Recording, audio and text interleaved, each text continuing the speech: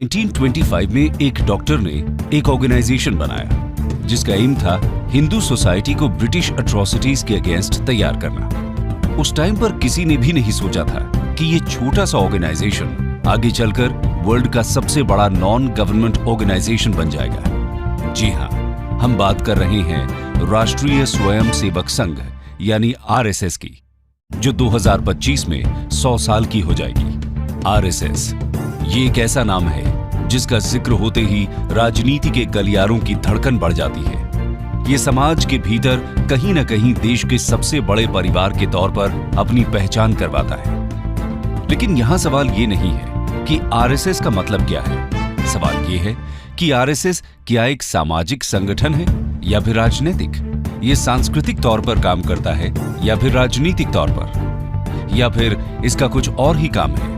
तो चलिए जरा पीछे चलते हैं, कुछ इतिहास के पन्नों को टटोल लेते हैं और जानते हैं आरएसएस का इतिहास क्या है और इसे क्यों बनाया गया। साथ ही ये भी कि आज इसका जिक्र करना इतना इंपॉर्टेंट क्यों है। आइए शुरू करते हैं। हिस्ट्री ऑफ राष्ट्रीय स्वयं सेवक संघ आरएसएस। साल 1907। ये वो दौर था जब बंगाल में आजादी के संघर्ष के लिए क्रांतिकारियों ने अनुशीलन समिति के नाम से एक क्रांतिकारी संगठन खड़ा किया। नागपुर से डॉक्टर की पढ़ाई करने आए केशव राम बलराम हेडगेवार भी इस संगठन का हिस्सा बने और जेल भी गए। दादा भाई नौरोजी ने उस वक्त गर्म सोच के नायक लोकमान्य बाल गंगाधर तिलक को कांग्रेस में आने का न्योता दिया, तो हेडगेवार भी कांग्रेस में उनके साथ ही आ गए। हेडगेवार ने कांग्रेस के साथ काफी समय तक काम किया, लेकिन 1917 में टर्की के खलीफा की गद्दी छिन जाने के विरोध में पूरे हिंदुस्तान में खिलाफत मूवमेंट की शुरुआत हो गई और गांधी जी की अगुवाई में कांग्रेस ने भी इसका समर्थन किया। लेकिन डॉक्टर हेडगेवार को कांग्रेस द्वारा खिलाफत मूवमेंट से जुड़ने वाली बात परेशान कर रही थी। उन्हें ये बात अंदर ही अंदर चुभ रही थी, क्योंकि उन्होंने इसे मुस्लिम तुष्टीकरण की राजनीति माना। हालांकि नाराजगी के बाद भी डॉक्टर हेडगेवार कांग्रेस का हिस्सा बने रहे, बल्कि 1922 में नागपुर कांग्रेस अधिवेशन और 1925 के कोलकाता अधिवेशन में भी डॉक्टर हेडगेवार मौजूद थे। लेकिन इस घटना के बाद डॉक्टर हेडगेवार के दिमाग में कुछ और ही चल रहा था। उन्होंने अब मन बना लिया था कि वे एक ऐसी संस्था को फॉर्म करेंगे जो हिंदुओं के हितों को लेकर चले और आगे बढ़े। उन्होंने इसकी शुरुआत अपने घर से ही की। कहा जाता है कि शुरुआत में डॉक्टर हेडगेवार को सुनने के लिए सिर्फ 12 लोग ही पहुंचे थे, लेकिन 12 से 1200 बनने में वक्त नहीं लगा। धीरे धीरे समय बदलता गया और एक समय ऐसा भी आया जब हजारों की संख्या में लोग डॉक्टर हेडगेवार के विचारों से प्रभावित होने लगे थे और इसी के साथ अब संघ की स्थापना का रास्ता साफ नजर आ रहा था। डॉक्टर हेडगेवार के लिए यह काम इतना आसान नहीं था। इस रास्ते में कई सारी प्रॉब्लम्स पैर पसारे खड़ी थी। कहा जाता है कि डॉक्टर हेडगेवार जी ने खुद शाखा लगाना शुरू किया। शाखा में योग, सूर्य नमस्कार, लाठी ट्रेनिंग के साथ साथ इंटेलेक्चुअल डिस्कशन को भी शामिल किया गया। धीरे धीरे लोग डॉक्टर हेडगेवार की बातों से प्रभावित होने लगे और उनके इस अभियान में जुड़ने लगे। कुछ ही समय में शाखा में आने वालों की संख्या कई गुना बढ़ गई। अब समय आ गया था जब डॉक्टर हेडगेवार ने संघ को ऑफिशियल रूप देने का सोचा। डॉक्टर हेडगेवार ने साल 1925 में नागपुर में विजयदशमी के दिन आरएसएस की बुनियाद रख दी। धीरे धीरे महाराष्ट्र के कई इलाकों जैसे नासिक, पुणे, अमरावती, यावतमाल में संघ ने अपने पैर जमाने शुरू कर दिए और महाराष्ट्र के साथ साथ मध्य भारत में भी शाखा का विस्तार होना शुरू हो गया। लोगों का शाखा के साथ जुड़ना किसी बदलाव से कम नहीं था। ये एक ऐसा बदलाव था जिसको बनाया तो सामाजिक काम करने के लिए था, लेकिन आगे चलकर ये राजनीति का वो गोल चक्कर बना जिसके चारों तरफ ही राजनीति का ताना बाना बुना जाना था। संघ में लोगों की संख्या लगातार बढ़ रही थी, लेकिन महाराष्ट्र के बाहर अभी भी संघ का कोई खास असर नहीं था। संघ विस्तार के लिए तैयार था और महाराष्ट्र के बाहर पैर पसारने का मौका तब मिला जब डॉक्टर हेडगेवार को 1930 के आसपास बनारस हिंदू यूनिवर्सिटी जाने का मौका मिला। डॉक्टर हेडगेवार बीएचयू आए और पंडित मदन मोहन मालवीय से बात की। पंडित मदन मोहन मालवीय ने बीएचयू परिसर में संघ का ऑफिस खोलने के लिए परमिशन दे दी। बीएचयू में डॉक्टर हेडगेवार की मुलाकात एमएससी की पढ़ाई कर रहे माधवराव सदाशिवराव गोलवालकर से हुई। गोलवालकर बीएचयू में पढ़ाते भी थे, इसलिए उन्हें सब गुरुजी कहा करते थे। गोलवालकर डॉक्टर हेडगेवार के माध्यम से ही संघ में एक्टिव हुए और उसके मेंबर बने। लेकिन 1940 में डॉक्टर हेडगेवार की मृत्यु हो जाती है और सर्वसहमति से आरएसएस की कमान गोलवालकर को सौंप दी जाती है।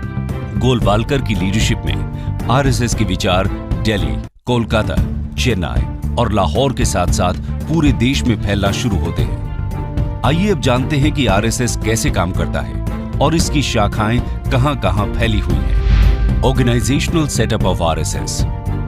आरएसएस की कंस्ट्रक्टिव अरेंजमेंट की बात करें तो आरएसएस 11 पार्ट में बटा हुआ है। हब यानी केंद्र, रीजन यानी क्षेत्र, प्रोविंस यानी प्रांत, डिपार्टमेंट यानी विभाग, डिस्ट्रिक्ट यानी जिला, तालुका, टाउन यानी नगर, ब्लॉक यानी खंड, सर्कल यानी मंडल, ग्राम, ब्रांच यानी शाखा। वहीं अगर आरएसएस की ब्रांच यानी शाखा की बात करें तो ये 5 तरह की है। पहला, प्रभात ब्रांच। इसमें मॉर्निंग में सभी की मीटिंग होती है। दूसरा है इवनिंग ब्रांच। तीसरा ब्रांच है नाइट ब्रांच। फिर आता है मिलन। मिलन यानी वीक में 1 या 2 बार होने वाली मीटिंग। और आखिर में आता है संघ मंडली। संघ मंडली मंथ में होने वाली मीटिंग को कहा जाता है।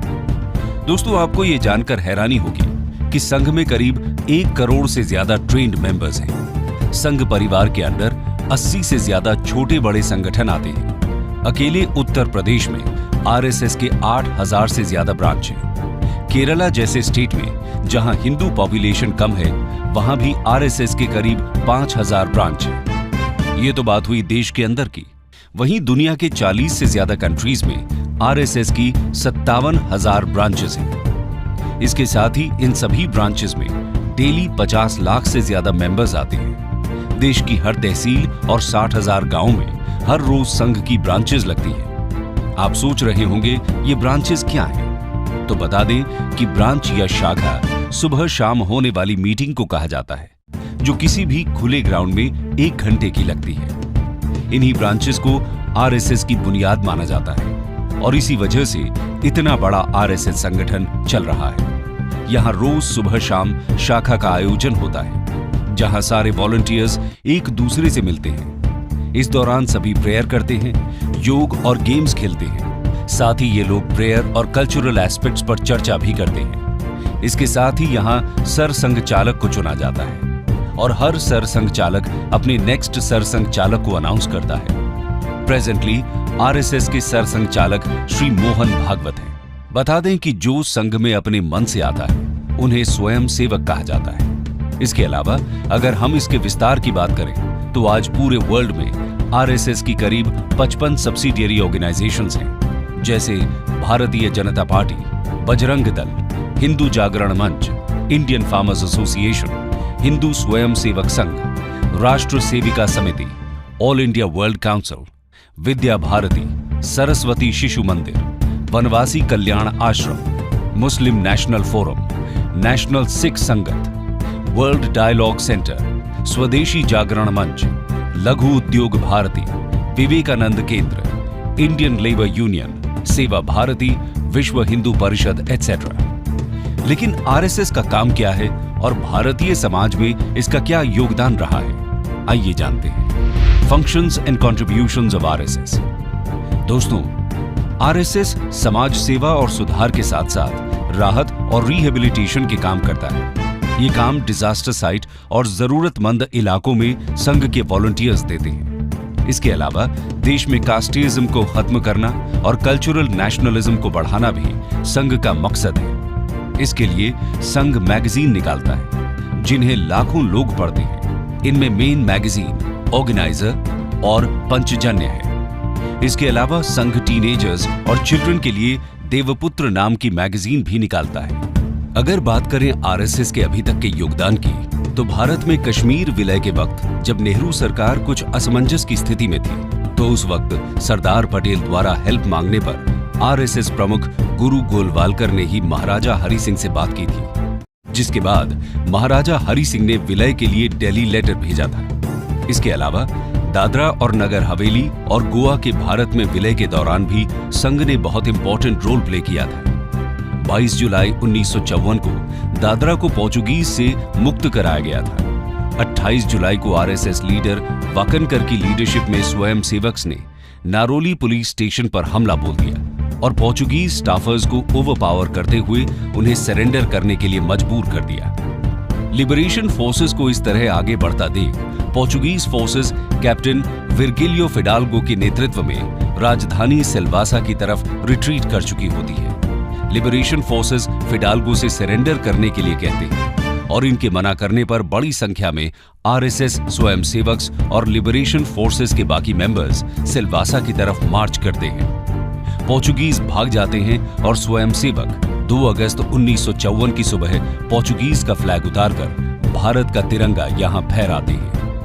इस तरह पूरा दादरा नगर हवेली पोर्चुगीज के कब्जे से मुक्त कराकर भारत सरकार को सौंप दिया जाता है। 1962 में जब इंडो चाइना वॉर हुआ, उस वक्त भी संघ ने आगे आकर आर्मी की हेल्प की। आर्मी रूट्स पर नजर रखना, एडमिनिस्ट्रेशन की हेल्प, आर्मी का खाने का इंतजाम करना और साथ ही साथ आर्मी फैमिलीज की हेल्प करने जैसे काम आरएसएस द्वारा किए गए। उनके इस काम को पूरे देश के लोगों ने अप्रिशिएट किया। आरएसएस के इस काम को देखते हुए पीएम नेहरू ने 1963 के रिपब्लिक डे परेड फंक्शन में स्पेशली आरएसएस को इनवाइट किया। 2 दिन के नोटिस पर 3000 स्वयं सेवक ने अपनी यूनिफॉर्म में राजपथ पर मार्च पास्ट किया। इतना ही नहीं, 1965 में इंडो पाक वॉर के दौरान भी तत्कालीन पीएम लाल बहादुर शास्त्री ने संघ को याद किया था। उस वक्त घायल जवानों को सबसे ज्यादा ब्लड संघ के ही स्वयं सेवकों ने दिया था। साथ ही कश्मीर में एयर स्ट्रिप्स से स्नो हटाने का काम भी संघ के स्वयं सेवकों ने ही किया था। इसके अलावा 1971 में ओडिशा में आए भयानक साइक्लोन से लेकर भोपाल गैस ट्रेजेडी तक, 1984 में सिख दंगों से लेकर Gujarat earthquake, tsunami catastrophe, Uttarakhand floods और कारगिल वॉर में घायल लोगों के रेस्क्यू ऑपरेशंस तक संघ ने आगे आकर अपनी सेवाएं दी। हमेशा संघ ने आगे फोर फ्रंट में खड़े हो लोगों की सेवा की है और सिर्फ इंडिया ही नहीं, इवन नेपाल, श्रीलंका और सुमात्रा में भी संघ ने अपनी सेवाएं दी हैं। आरएसएस द्वारा इतना सब करने के बावजूद वो हमेशा कंट्रोवर्सी में फंसती रहती है। उस पर हमेशा से राजनीति में हस्तक्षेप करने के इल्जाम लगते रहे हैं और इसे सरकार द्वारा बैन करने की मांग उठती रही है। आइए जानते हैं इसे कब कब बैन किया गया है। When was RSS banned?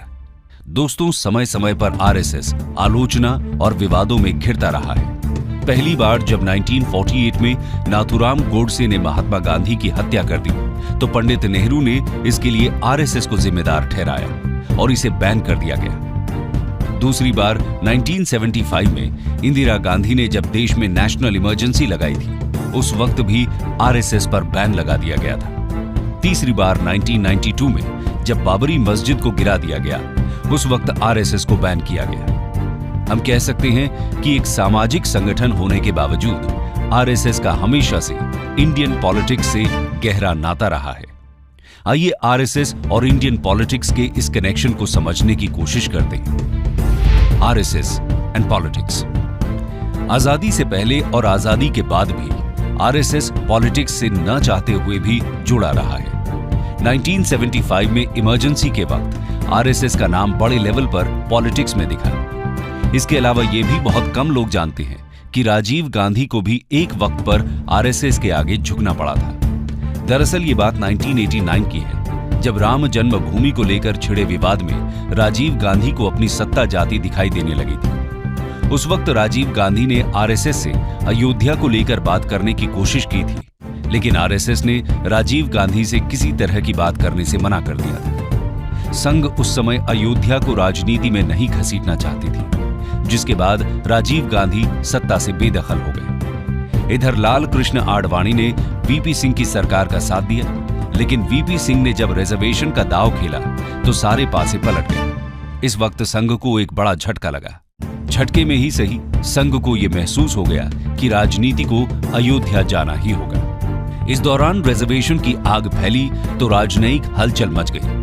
संघ भी एक्टिव हुआ और विश्व हिंदू परिषद के साथ मिलकर अयोध्या राम जन्मभूमि आंदोलन में साथ देने का फैसला कर लिया। दोस्तों, राजनीति की वजह से आरएसएस हमेशा आलोचना से घिरा रहा है।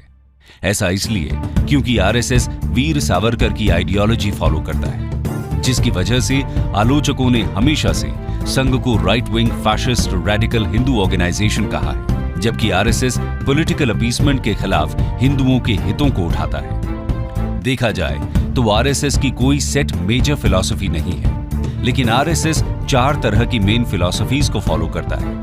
पहला, अखंड भारत। आरएसएस का मानना है कि आदिकाल से बांग्लादेश, पाकिस्तान, श्रीलंका, म्यांमार, अफगानिस्तान और ईरान तक भारत फैला हुआ था। ये सब अखंड भारत का हिस्सा है।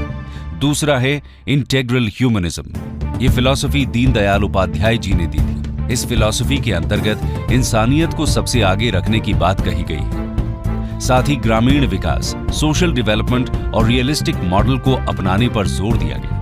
थर्ड है हिंदुत्व, यानी हिंदू धर्म को सर्वोच्च मानना। आरएसएस का मानना है कि भारत में निवास करने वाले सभी लोग कहीं न कहीं हिंदू धर्म के ही फॉलोअर्स हैं। संघ तिरंगे की जगह भगवा ध्वज को अपने कार्यक्रम में यूज करता है। इसी वजह से उसके ऑफिस पर तिरंगा नहीं फहराया जाता। अक्सर इस वजह से आरएसएस कंट्रोवर्सी में फंसता रहता है। आरएसएस सबसे ऊपर भगवा ध्वज को मानता है। आरएसएस समय समय पर राजनीति में भी एक्टिविटी दिखाता रहता है। बीजेपी में कई बड़े लीडर्स संघ से ही निकले हैं। अब चाहे वो लेट श्री अटल बिहारी वाजपेयी हों, लाल कृष्ण आडवाणी हों, हमारे होम मिनिस्टर अमित शाह हों या फिर देश के पीएम नरेंद्र मोदी। इसीलिए इनके कार्यों में संघ की आइडियोलॉजी की छाप देखना कोई हैरानी की बात नहीं कही जा सकती। कंक्लूजन। तो दोस्तों, एक कमरे से स्टार्ट हुआ ये संघ आज पूरे भारत में ही नहीं बल्कि पूरी दुनिया में फैला हुआ है। आज आरएसएस 97 इयर्स का हो चुका है। दुनिया में शायद ही किसी संगठन की इतनी आलोचना हुई होगी जितनी आरएसएस की हुई है, लेकिन इसके बावजूद आरएसएस आज भी अपने विचारों को लेकर डिटरमिन्ड है और अपने मोटो को लेकर आगे बढ़ रहा है। आज आरएसएस की पॉपुलैरिटी इतनी ज्यादा है कि आप भारत के किसी भी कोने में हो, आपको इसके होने का एहसास हो ही जाएगा।